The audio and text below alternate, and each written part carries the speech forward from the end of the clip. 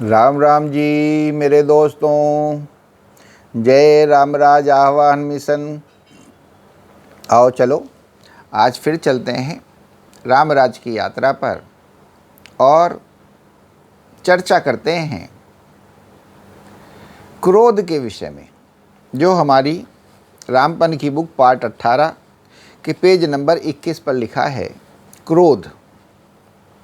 सभी जानते हैं कि क्रोध करना, गुस्सा करना ही समस्त दुखों की और समस्त क्लेशों की जड़ है। अब इसका क्या इलाज है?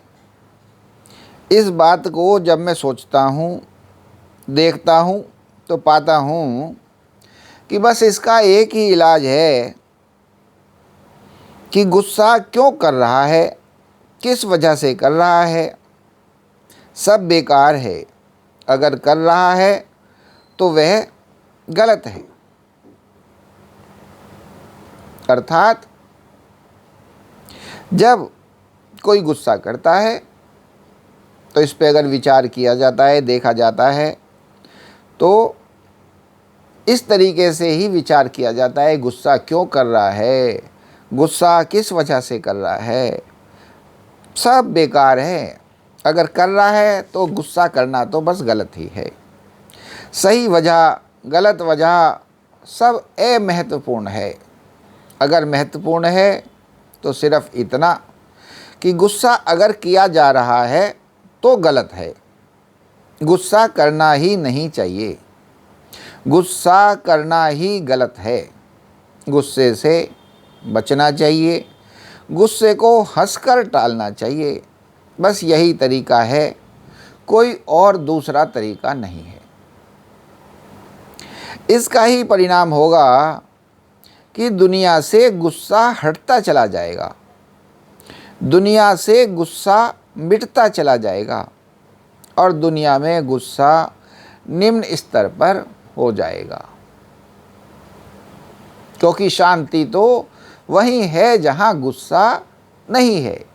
अब वो चाहे तुम में हो, तुम्हारे परिवार में हो, तुम्हारे शहर में हो, तुम्हारे समाज में हो या दुनिया में हो, गुस्सा तो बस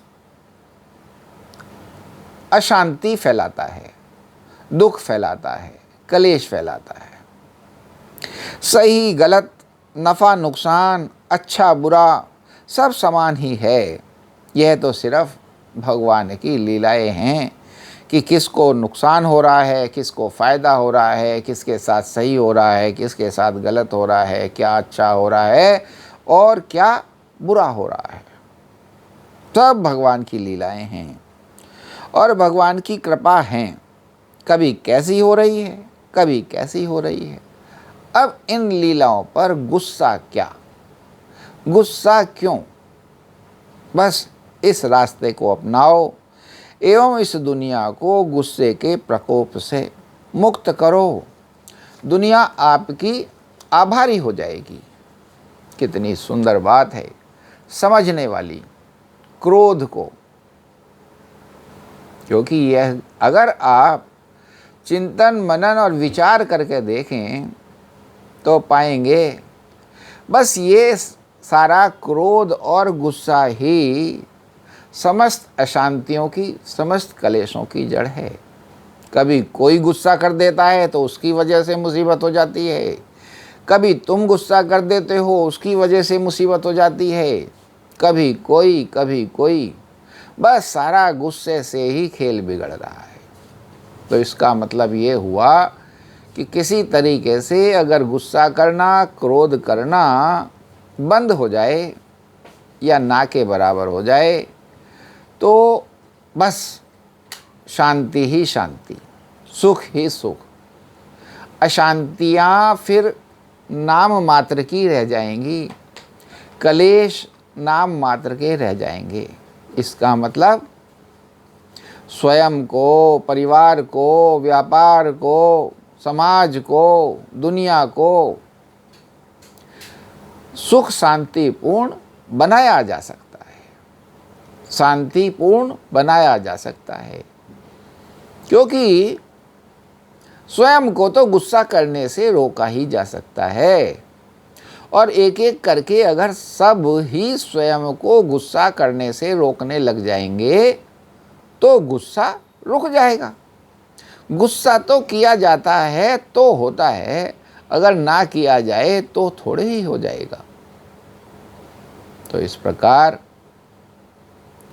यही रामनेस है, यही रामपन है, यही बड़प्पन है, यही अच्छापन है कि हम यही सीखें, यही सिखाएं। क्योंकि जो बात विनम्रता के सुख में है, जो बात शांति के सुख में है, वो किसी और में नहीं। गुस्से से कुछ नहीं होता, मात्र बस मन की तसल्ली है कि हमने भी किसी को हड़का दिया, सब मन की तसल्ली है। बाकी हमारे साथ हो तो वही रहा होता है जो ईश्वर की इच्छा होती है। वैसी व्यवस्थाएं बनती रहती हैं, वैसे ही साधन बनते रहते हैं, वैसा ही मन बनता रहता है, वैसा ही सब कुछ होता रहता है। तो स्वीकारना सीखें, भगवान के सच्चे इंसान बने, भगवान में विश्वास रखना सीखें और स्वयं को भगवान जैसा सुंदर बनाएं। बात कितनी भी बड़ी हो, मगर हमारा तो प्यारापन होना ही चाहिए। हम तो एक प्यारे से इंसान होने ही चाहिए। इसी प्रकार कर करके ये जो दुनिया है बड़ी सुकून की, शांति की हो जाएगी और क्रोध मुक्त और गुस्से से मुक्त हो जाएगी। आओ सब मिलकर इस प्रयास में लगें और स्वयं को राम, इस जगत को राम राज्य बनावें ताकि सभी सुखी हो सकें। एक ना, बस सभी सुखी हो सकें। सिर्फ हम ही नहीं, सब ही सुखी हो सकें। जय श्री राम।